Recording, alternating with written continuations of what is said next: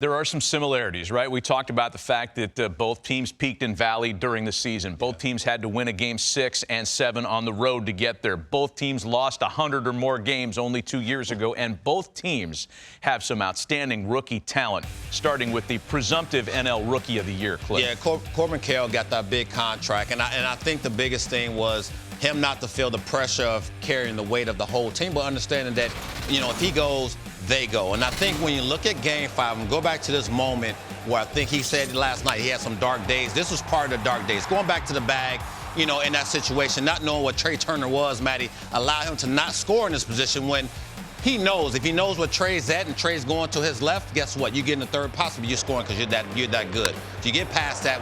We see it here in the first inning. You allow Phillies to have that 2-0 lead, and you're thinking, uh-oh, here we go again. We talked about the first team that scores typically wins. Game 6 last night, look at his awareness, understanding where he's at. Once he realizes that ball's in the corner, giving Castellanos, the fits, he doesn't need the third base coach to score it. He understands what he's doing now, and he goes, look, this is my team. I have to be the guy. I have to be the catalyst. And everything just sort of was in sync. You're making Bryce Harper, a guy that came in from the outfield, who's dealing with, Tommy John and coming back and make an accurate throw. My speed will beat this throw to second base. He gets in scoring position, and then understanding, look, I have to go. He came into the series, not this series with 0 stolen bases, stole 2 last night to do this. I told him it was 2 for 11 runs in scoring position, but getting these little knocks, doing little things like Dan talked about will allow you to win ball games. And I thought this was the key at bat of the night. Off Jose Alvarado, boom, takes a 100-mile-an-hour fastball, 100 down fastball, boom, fouls off a little bit into JT's mitt for another one. The biggest pitch of the bat, fouls that pitch off to get this pitch. A ball up, we talked to him after the game, and that was a key to his at-bat. Understand what he needed to do in a key situation to get that score 4-2. Little lead room, right? Little space away from what that bullpen has done, but you have to speak to what he brings to the table.